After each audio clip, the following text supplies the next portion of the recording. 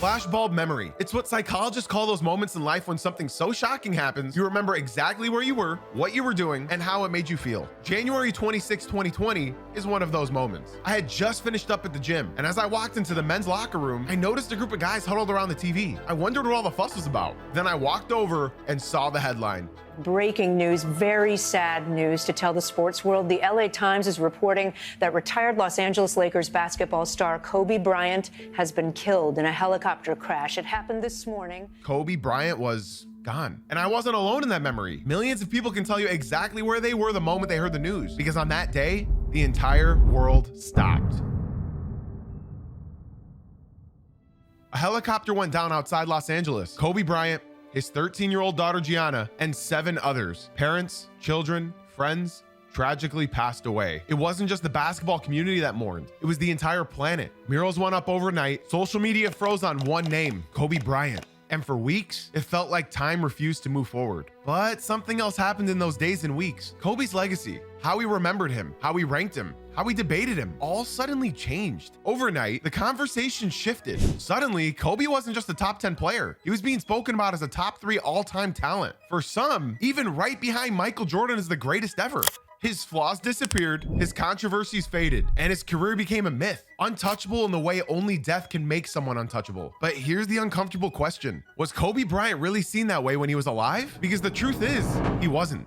During his career, the arguments were brutal, inefficient, a ball hog, a selfish teammate who drove Shaq out of town, a superstar who demanded trades when things got hard. Even after 5 championships, there were debates about whether he even belonged in the top 10 players of all time. That was the reality before 2020. But after January 26, that reality was rewritten. Before we go any further, I need to say this. I love Kobe Bryant. He's one of the greatest players in NBA history and a global icon whose impact stretched far beyond the game. And I know this video is going to draw a lot of criticism. There will be people who think I'm trying to disrespect him or take away from what he accomplished. That's not the case. I want to honor Kobe, his daughter Gianna, and the other families who lost their lives that day. What happened was a tragedy, and nothing I say here is meant to take away from that grief. But if we're going to be honest about Kobe's place in basketball history, we have to separate emotion from evaluation. We have to remember both the brilliance and the blemishes, because Kobe's story isn't just about greatness. It's about how death changed the way we perceive greatness. So today, we're going back through his career, through the early triumphs, the ugly controversies, the redemption, the decline, and of course, the mythology. We're gonna look at how Kobe was really viewed while he was alive and how everything changed the moment he was gone. Kobe is Michael Jordan, just on a steroid. And at the end of this video, I'll show you where I believe he ranks. Because to understand Kobe Bryant's legacy, you can't just look at the highlights. You have to confront the contradictions, the criticisms, and the way tragedy reshaped history itself. This is the story of how Kobe Bryant's death altered his NBA legacy. What makes Kobe Bryant's story so complicated isn't just the fact that he passed away. It's how his legacy changed in the aftermath. His place in history didn't stay the same. Instead, it skyrocketed. Before 2020, the conversations looked very different. In 2016, ESPN ranked Kobe 12th on their all-time list, behind Tim Duncan, Shaquille O'Neal, and Bill Russell. Debates raged on about whether he was even the best Laker ever, with Magic Johnson and Kareem Abdul-Jabbar usually getting the edge. Critics pointed to his 44% career shooting, the finals losses in 04 and 08, the early playoff exits in 2006 and 7. Even into retirement, there were plenty who argued that LeBron, Duncan, or even Kevin Durant had stronger cases all time. I don't agree with Kevin Durant, by the way. But after January 26, Kobe's image transformed. Suddenly, he wasn't being compared to Duncan or Bird anymore. He was being compared to Jordan. Social media lit up with posts calling him the real GOAT, the closest thing we'd ever see to MJ. Fans who once rolled their eyes at his shot selection were now posting compilations of his footwork and fadeaways. Narratives that had followed him for 2 decades were buried under a tidal wave of reverence. And yes, of course the grief was real. Life is bigger than basketball, and the emotion poured out wasn't about rankings or statistics. It was about losing a father, a teammate, a brother, a hero. LeBron James, just one night removed from passing Kobe on the all-time scoring list, broke down in tears before an emotional Staples Center crowd. Shaquille O'Neal, who had reconciled with Kobe after years of tension, openly wept on TNT, saying he lost his brother. I love you, my man, till we meet again. Rest in peace, Kobe. Michael Jordan, who rarely let his guard down in public, cried at Kobe's memorial, saying Kobe was like family to him. These weren't just tributes. They were reminders that Kobe's impact went far beyond the game itself. And then came the murals, not just in Los Angeles, but in China, in the Philippines, in Italy, in every corner of the basketball world. Kobe's name wasn't just remembered, it became a legend. His influence was so massive, it had already slipped into our everyday culture long before his death. Who hasn't shouted Kobe while tossing something into the trash? That simple act, repeated by millions of kids and adults alike, was proof of something rare. Kobe wasn't just a player, he was an idea, a symbol of confidence, and the belief that you could hit any shot if you dared to take it. Kobe, Kobe, Kobe, Kobe, Kobe. Now, this isn't unusual in some sense. Tragedy often reshapes how we remember people. We soften their flaws and emphasize their best qualities. But Kobe's case was different. Most legacies cool off with time. With Kobe, the opposite happened. He was elevated immediately. And here's the paradox. That elevation doesn't erase his brilliance. Kobe was extraordinary, a 5-time champion, an MVP,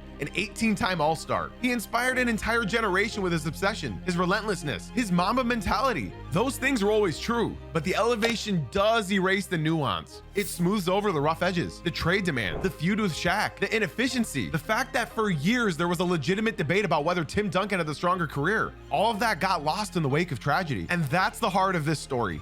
Kobe wasn't just remembered after January 26th, he was canonized. His career wasn't just respected, it was sanctified. But if we're going to understand how that transformation happened, we can't just look at the end. We have to rewind back to 1996, to the 17-year-old kid who walked into the league with sky-high confidence and even higher expectations. I used to watch Magic Johnson bring the ball up the court, and I used to envision myself, in the hallways at the house. And it's just like a dream come true. Because before Kobe became a myth, he was a teenager fighting for respect. And the way he was perceived then tells us everything about how his legacy was built in the first place. And real quick before all that, I know you guys love our documentaries that we make on this channel, but if you guys want to stay up to date with your daily NBA news, make sure you guys go subscribe to our brand new podcast channel, Jay-Z Courtside. Once the NBA season tips off, we're dropping daily podcasts covering everything around the league, news, storylines, and all the chaos you do not want to miss. That channel link will be down below, as well as our Discord link, because I need way more people to talk hoops with. Back to the video. When Kobe Bryant first entered the league in 1996, he was just 17 years old, a kid straight out of high school, traded on draft night for Vlade Divac. At the time, that trade didn't just look bold. Some thought it was insane. The Lakers were giving up a proven veteran for a teenager who couldn't even sign his own contract without his parents. But Jerry West saw something in him. Something no one else did. Believe me, we're not going to be able to keep this guy under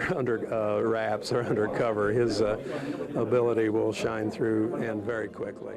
From the start, Kobe carried himself differently. Most rookies are quiet, eager to blend in. Not Kobe. He walked into the Lakers camp brimming with confidence. Flashy crossovers, tough shot making in practice, even mimicking Michael Jordan's moves. It earned him a nickname from Shaq. Man, this is my man. This is Showboat. We call him Showboat, but y'all know him as Kobe Bryant. And it wasn't meant kindly. Veterans saw him as brash, a ball hog, a kid who hadn't earned the right to act like a star. The defining moment of that rookie season came in the playoffs against Utah. Game 5, overtime. Kobe, just 18 years old, took shot after shot with the season on the line and missed them all. 4 straight air balls. The Lakers were eliminated and his teammates were furious. But Kobe's response wasn't to shrink. Legend has it he was back in the gym the very next morning, firing jumper after jumper, determined that moment would never define him. Even Shaq, who had little patience for rookies, saw something different in Kobe that night. I remember putting my arm around him and saying, you know what?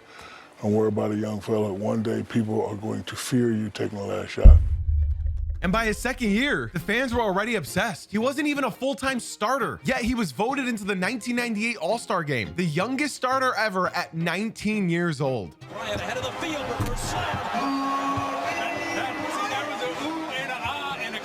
That weekend in Madison Square Garden became a spectacle. Kobe versus Michael Jordan. He attacked his idol head on, waving off screens just to go one-on-one. Some vets thought he was too flashy, too eager to steal the spotlight, but Jordan respected the boldness. The media ran with a new headline: the next Jordan had arrived. But being cast as the next Jordan carried weight and resentment. Some players rolled their eyes at the hype. Teammates noticed Kobe copying Jordan's mannerisms, the walk, the gum chewing, even the speech patterns. To some, it was homage. To others, it was obsession. Either way, though, Kobe was on a rocket ship, whether the league was ready or not. By the late 90s, though, the cracks were starting to show. Kobe and Shaq were never a natural fit. Shaq was the fun-loving superstar wanting respect. Kobe was the hyper-focused prodigy, refusing to be anyone's sidekick. And in 1999, their feud boiled over in practice so heated, it turned into a fist fight. That story didn't leak right away, but it defined the relationship. 2 alpha males battling for the same throne. And in the media, Shaq often got the sympathy. He was the established MVP candidate. Kobe was painted as a selfish gunner who disrupted chemistry. Peter Vexi, a New York columnist at the time, wrote that Kobe was impossible to play with. Fans were split. In Los Angeles, Kobe's jersey outsold Shaq's. He was a teen idol, appearing on TV shows, rapping, and commercials for Adidas and Sprite, even showing up in People magazine's 50 Most Beautiful People. To the young generation, Kobe was cool, stylish, he was the future. But around the league, he was polarizing. He was booed at the 2002 All-Star Game in Philly, his hometown, because Sixers fans saw him as cocky and disconnected. You are from Philadelphia. I find it unbelievable that the fans are booing you here. Does that hurt your feelings? Yeah, my feelings are hurt, man. I mean, I'm just out there trying to play and have a good time, and yeah, my feelings are hurt being from Philadelphia. This was the first paradox, adored and hated, often in equal measure. Phil Jackson's arrival in 1999 gave the Lakers structure, but it also gave Kobe a new critic. Phil had molded Jordan, and he expected the same buy-in for the triangle offense. But Kobe wasn't Jordan, at least not yet. He wasn't willing to surrender control of the ball, not to a system. Phil later admitted that he saw Kobe as uncoachable at times. It wasn't a lack of talent, it was that Kobe trusted himself more than anyone else, even his coach. That stubbornness fueled his greatness, but in those early years, it also cemented the image of a player who couldn't always fit with the team concept. The breakthrough moment came in 2000. Game 7 of the Western Conference Finals. Down 15 in the fourth quarter to Portland, Kobe took over. He slashed to the rim, grabbed rebounds, hit pull-up jumpers, and capped it all off by Bryant to Shaq. That night proved Kobe wasn't just a prodigy anymore. He was a winner. And then the finals against Indiana. Shaq was dominant, but in game 4, when Shaq fouled out in overtime, the Lakers turned to their 21-year-old guard. Kobe hobbled on a sprained ankle and closed the game. 8 points in OT, including the game winner on a putback. In that moment, Kobe showed the world that he was more than just Shaq's sidekick. He was a closer. Even Reggie Miller admitted afterward, saying that kid has no fear. Over the next 2 years, Kobe cemented that reputation. In the 2001 playoffs, he dismantled Sacramento with 48 points, outplayed Tim Duncan and the Spurs, and helped deliver a near-perfect 15-1 run to the championship. Shaq, in awe, told reporters, I told Kobe today he was my idol. No, I'm serious. He's playing phenomenal. I mean, I don't know what else to say. I think he's the best player in the league. That was the same Shaq who once slapped him in practice, calling the kid selfish. By 2002, Kobe was 23 years old, a 3-time champion, an all-NBA talent, and one of the most polarizing figures in the league. To his fans, he was a warrior, a prodigy fulfilling his destiny. To his critics, he was arrogant, too eager to mimic Jordan, too selfish to share the spotlight. But love him or hate him, one thing was undeniable. Kobe Bryant had arrived. By the summer of 2003, Kobe Bryant looked unstoppable. He was already a 3-time NBA champion, the face of Nike commercials, and the closest thing the league had to Michael Jordan. But that summer shattered his image. All right, listen, y'all. I know the subject is hard to stomach. Believe me, it was really hard to type out. You can do your own research and come to your own conclusion, but it does need to be mentioned in this segment. In Colorado, Kobe was accused of, overnight, the polished superstar became the subject of tabloid headlines and national outrage. He spent mornings in courtrooms and nights flying across the country to play NBA games. Arenas booed him relentlessly. Entire crowds chanted, yeah, every time he touched the ball. He lost endorsements, his sponsors distanced themselves, and the squeaky clean prodigy suddenly became one of the most polarizing athletes in the world. Even after the criminal charges were dropped and the civil case was settled, the scar never really left. For millions of fans, Kobe was no longer the NBA's golden boy. He was a fallen idol. Again, I don't relish in speaking about any of this, but it is an important detail that cannot be left out, even though the world sometimes tries to pretend that it didn't happen. I really recommend y'all do your own research on this though. His off-court image was under fire. The on-court story wasn't much better either. In 2004, the Lakers built a so-called super team with Shaq, Kobe, Gary Payton, and Karl Malone. On paper, they looked invincible, but behind the scenes, the cracks were massive. Shaq was still the most dominant force in basketball, and it showed. He had been the finals MVP in all 3 of their titles. Kobe, meanwhile, still hadn't proven that he could be the best player on a championship team, and instead of finally stepping into that role, he pushed harder for control, often clashing with Shaq and ignoring Phil Jackson's triangle offense. The Lakers still made the finals in 2004, but they ran into one of the most complete teams in NBA history, the Detroit Pistons. The Pistons didn't just beat the Lakers, they embarrassed them in 5 games. And when the dust settled, it wasn't Shaq or Malone who got the brunt of the blame. It was Kobe. Critics pointed to his shot selection, his refusal to run the offense, his obsession with proving that he could win his way. While Shaq had been the finals MVP in all 3 of their championships, Kobe hadn't won a single one. And in 2004, instead of finally earning one, he left Detroit as the scapegoat of the entire collapse. That summer, the dynasty fell apart. Shaq was traded to Miami, where he went on to win another championship with D. Wade. Phil Jackson resigned, writing later that Kobe was uncoachable, a star who resisted structure and only trusted himself. And the narrative took hold. Kobe Bryant's ego had destroyed a dynasty. The next few years did little to silence that criticism. Kobe put up numbers that looked inhuman. He scored 62 points in 3 quarters against Dallas, then 81 against Toronto. Ladies and gentlemen, you have witnessed the second greatest scoring performance in NBA history.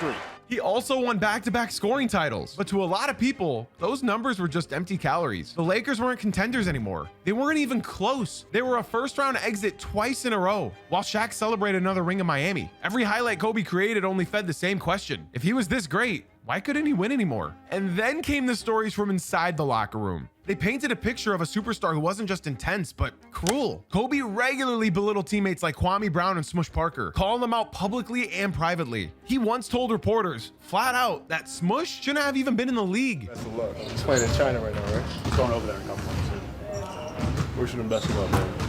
Maybe he'll get back to the NBA one day. See what it's like up close.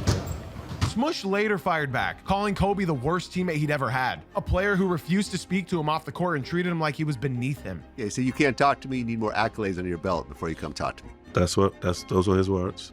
That wasn't leadership, that was isolation. Kobe often ate meals alone, skipped team bonding, and refused to build camaraderie. The Lakers weren't just losing, they were fractured, led by a star who didn't seem to care about anything besides his own greatness. By 2007, the frustration boiled over. Kobe went public with a trade demand. He told reporters he was done with the Lakers unless they gave him real help. To Lakers fans, it felt like a betrayal. The same player who had driven Shaq out of town, who had overseen the collapse of a dynasty, was now threatening to abandon the team himself? Analysts shredded him. Selfish, impatient, ungrateful. Even legends questioned if Kobe would ever figure it out. Fun fact that a lot of y'all might know, Kobe was officially traded to the Pistons. Both teams shook on the deal, but Kobe vetoed that. I guess he was still upset about losing in 04. This was Kobe Bryant at his lowest point. Now, don't get me wrong, he was still dropping 40, 50, 60 points, whatever he wanted. He was still feared on the court, but fear isn't the same as respect. The debates on television weren't about whether he was chasing Jordan anymore. They were about whether he was even capable of being a true leader. He had 4 trips to the finals with Shaq and 0 finals MVPs to show for it. He had the scoring records, but no recent playoff success. He had the talent, but not the trust of his teammates or even coaches. For years, the narrative was set. Kobe Bryant was brilliant, but he couldn't win without Shaquille O'Neal.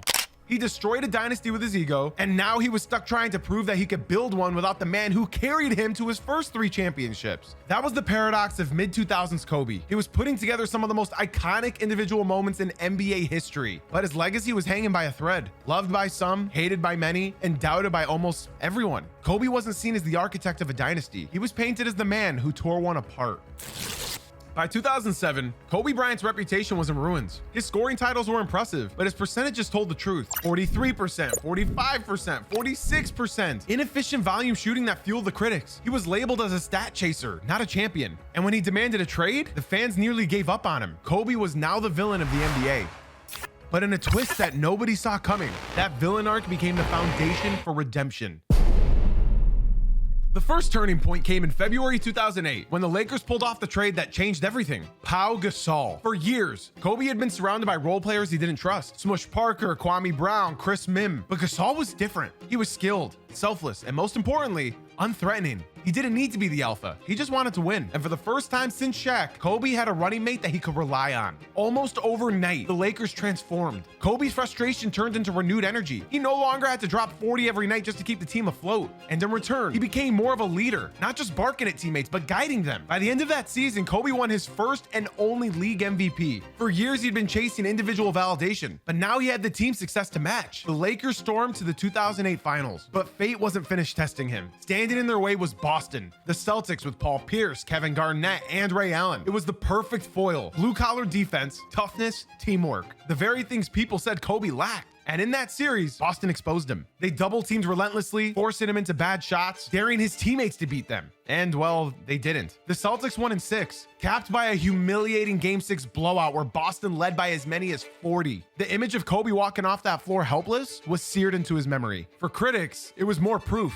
He still couldn't win without Shaq. But instead of breaking him, that loss hardened him. Kobe responded the only way he knew how. with obsession. He came back in 2009 sharper, meaner, and more determined. The Lakers dominated the West, returning to the finals, and this time, there was no collapse. Against Dwight Howard's Orlando Magic, Kobe was unstoppable. He scored at will, made plays for others, and set the tone defensively. When the Lakers won the championship in 5 games, Kobe finally earned what had eluded him for so long: a finals MVP. No Shaq, no asterisks, just Kobe. For years, the narrative was that Shaq had carried him, that he wasn't a true leader, that he couldn't elevate his teammates. But in Orlando, he buried that storyline. He was now a champion in his own right. But Kobe wasn't satisfied. For him, it was never about one championship. It was about legacy. And to cement that, he had to go through Boston.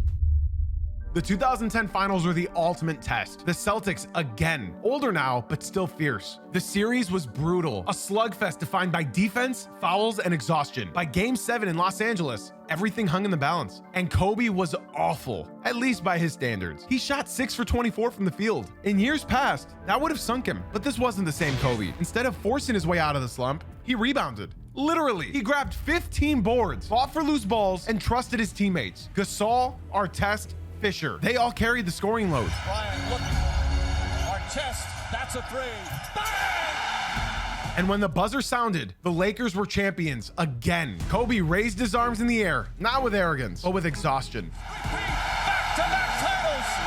The LA Lakers, the 2010 NBA champions. He'd done it. 5 rings, 2 without Shaq. 2 finals MVPs of his own. And the last one, against the hated Celtics in a Game 7 war, was the crown jewel of his career. He's got one more than Shaq. For years, Kobe had been remembered as the superstar who broke a dynasty. In 2010, he became the superstar who built one. By 2011, back-to-back championships, back-to-back finals MVPs, he had proven that he could win without Shaq, rebuilt his reputation, and silenced most of the critics who ever doubted him. But basketball doesn't wait for anyone. And almost as soon as he climbed back to the top, the decline began. The Lakers entered the 2011 playoffs chasing a three-peat. On paper, they were still stacked. Kobe, Pau Gasol, Lamar Odom, Andrew Bynum. But in the second round, they ran into Dirk Nowitzki and the Dallas Mavericks. What followed was stunning. The Lakers weren't just beaten, they were swept. 4-0. In the decisive Game 4, the Mavericks hit threes from every angle while the Lakers unraveled, capped by an ugly sequence of flagrant fouls and ejections. For Kobe, it was a shocking reminder. The league was shifting. Dallas had spacing, ball movement, and shooting. The Lakers looked old, slow, and stuck in the past. The chance at a 3rd straight title evaporated in a humiliating collapse. And while the Lakers stumbled, the rest of the NBA moved on. LeBron James had taken his talents to South Beach, forming the Big Three. Kevin Durant and the Oklahoma City Thunder were rising fast. Suddenly, Kobe was no longer the face of the NBA. He was still elite, still feared, but the league was finally turning its page. The 2012 season brought another disappointment. The Lakers were bounced again, this time by Durant and the Thunder in just 5 games. Kobe still fought, still willed himself into big scoring nights, but the dynasty era was over. He was 33 now. His body was starting to wear down, and the gap between the Lakers and the league's new powers was only growing. Then came 2013, the last great stand of Kobe Bryant's career. Kobe all the way, dunks it home! Kobe Bryant sends. The Lakers had added Dwight Howard and Steve Nash, a super team on paper, but in reality, it was sort of a mess. Dwight clashed with Kobe. Nash got injured. Gasol struggled to find his role. The season teetered on collapse, and that's when Kobe put the entire franchise on his back, night after night. He played 40+ minutes, chasing wins just to drag the Lakers into the playoffs. He hit game winners, he exploded for 40-point nights, he even dropped a triple-double on tired legs. It was a display of sheer willpower, almost reckless in how much he pushed himself. And then, in April against the Golden State Warriors, it snapped. Driving to the basket, Kobe tore his Achilles tendon. He fell to the ground, wincing in pain. But instead of leaving the game, he stood up, limped to the free throw line, and knocked down 2 free throws before walking off on his own. Don't ever question the heart, the emotion, the grit. That single image became a symbol of his career. Relentless, defiant, refusing to quit even as his body gave out. The Lakers ended up making the playoffs, but without Kobe, they were swept in the first round. His warrior moment came at the cost of his career. The years that followed were really hard to watch. Kobe's body simply couldn't keep up anymore. The Achilles tear was followed by a fractured knee, then a torn rotator cuff. Each time he came back, he looked older, slower, less efficient. From 2014 to 2016, The Lakers were one of the worst teams in basketball, finishing near the bottom of the standings while Kobe shot career worst percentages. The franchise that had once been a dynasty became irrelevant, reduced to lottery seasons and farewell tours. And yet, Kobe refused to fade quietly. Even as he struggled, fans filled arenas across the league to say goodbye. In 2016, his final season, every stop felt like a celebration. Jerseys swapped, tributes aired, legends lined up to honor him. Number 24, the Black Mamba, Kobe Bryant. And then came the finale, April 13th, 2016 against the Utah Jazz. In his last NBA game, Kobe delivered one final miracle. 60 points. He took 50 shots though, just saying. He started slow, but in the fourth quarter, he turned back the clock, draining jumper after jumper, driving into the lane and hitting the dagger pull-up to seal a win. Kobe gives them one last gamer. Bryant on the move with the jumper. He 58 points, and the Lakers lead. The crowd exploded. His teammates mobbed him. And then Kobe grabbed the microphone and said 2 words. Mamba out. It wasn't a championship, but it was something else. Proof of his unshakable will, even in decline. A reminder that Kobe Bryant wasn't just a scorer or a champion. He was a performer, a warrior, a symbol of obsession itself. By the time he retired, his numbers were staggering. 5 championships, 2 finals MVPs, 1 MVP, 18 All-Star appearances. But the end of his career also reminded the people of cost. His body was broken. His team was in ruins. His farewell was unforgettable, but it left a lingering question. Was Kobe's legacy defined by the banners he raised or by something larger than the game itself? When Kobe Bryant retired in 2016, his story seemed complete. He walked away as one of the most decorated players the game had ever seen. And yet, there was still debate. Because as great as he was, Kobe's career was never flawless. He had missed the three-peat in 2011, swept out of the playoffs by Dirk Nowitzki's Mavs. He had fallen short against the Celtics in 2008, when Boston's defense suffocated him in a humiliating finals defeat. He had struggled through years of inefficiency, averaging in the low to mid-40s from the field during his prime scoring seasons. Even his championships had an asterisk for some critics. Shaq, not Kobe, had been the finals MVP in all 3 of their early titles. The truth was, by the time Kobe retired, many analysts ranked him somewhere just outside the top 10 all time. Great, legendary, unforgettable, but not untouchable. Retirement gave Kobe a new light. He became a mentor to younger players, a public ambassador for the game. He coached his daughter Gigi's basketball team and often spoke about family, passion, and chasing excellence. He even won an Academy Award, expanding his legend beyond sports. The constant debates about his place in the all-time rankings had cooled off. Kobe was respected as the elder statesman who had given everything to basketball. It was the entire planet. And then came January 26, 2020. A helicopter crash outside Los Angeles. Kobe, his daughter Gigi, and 7 others lost their lives. And then in the weeks that followed, something more subtle happened. Kobe's legacy shifted. The debates that had once been sharp, even cruel, suddenly disappeared. Overnight, the arguments about his inefficiency, his finals failures, his rocky leadership, they were buried under a wave of reverence. And the rankings, they changed too. Before his passing, as I mentioned, he was rarely talked about being a top 3 player of all time. But afterwards, it became common to see Kobe placed right behind Michael Jordan, even argued as the true GOAT. The flaws that once weighed him down were softened, most of it erased. That shift didn't erase the brilliance. Kobe really was extraordinary, but it did erase the nuance. He was not always the perfect teammate. He was not always the most efficient player. He had seasons where he failed, finals where he was outplayed, years where his teams were mediocre despite his greatness. Yet in the aftermath of tragedy, those parts of the story faded. Tragedy has a way of doing that. It sharpens the best memories and blurs the worst. But Kobe's case was unique. The reason I've been wanting to make a video like this is because when most legends pass, like Wilt Chamberlain or Bill Russell, their names slowly slide down the all-time list as new stars rise and the game evolves. They don't vanish from history, but their place shifts lower, sometimes even out of the top 10. Kobe was different. After his passing, his ranking didn't fade. It skyrocketed. The question is why? Was it because his death was so sudden, so shocking? Was it because the tragedy felt bigger than basketball itself? Whatever the reason, Kobe's legacy moved in the opposite direction of almost every legend before him. By the end of 2020, his name wasn't just tied to basketball's greatness. It had become mythology. The man who was once polarizing, once endlessly debated, was now untouchable. And that's the point I'm trying to make. Kobe Bryant has always been one of the greatest, but after his death, he became something more. Kobe Bryant's story doesn't end with a stat line. It doesn't end with a trophy. It ends with something bigger, something harder to define. On January 26, 2020, the world lost not only Kobe, but his daughter Gigi. Alongside them were John, Carrie and Alyssa Adelbelly, Sarah and Peyton Chester, Christina Mauser, Ara Zabayan. 9 lives gone in an instant. Fathers, mothers, daughters, a coach, and a pilot. All of them taken far too soon. Before I say anything else, I want to give my deepest condolences and respect to their families. Because this story, as much as it is about basketball, is also about real people whose lives mattered far beyond the game. And that's why the grief hit so hard. It wasn't just the loss of a player, it was the loss of parents, children, friends. And in that grief, Kobe's legacy didn't just endure, it transformed. Again, this video was not made to disrespect Kobe. I want to be clear about that. I grew up watching him. I admired him. I loved him. The same way millions of fans did. This isn't about tearing him down. It's about saying what most people have been too afraid to say these last 5 years, especially with how serious Kobe superfans are. I'm gonna say this again. Kobe Bryant was one of the greatest players ever,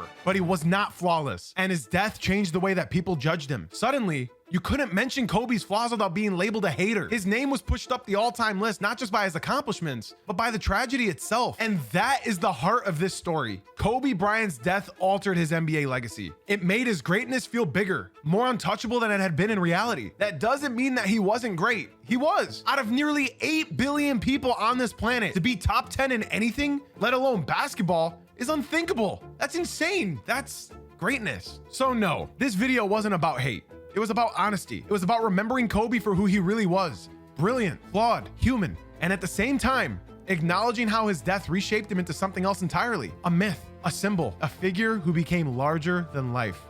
I know you've probably been wondering this the whole time. Where do I actually rank Kobe Bryant? After everything we've covered, after the highs, the lows, the brilliance, and the myth, here is my honest answer.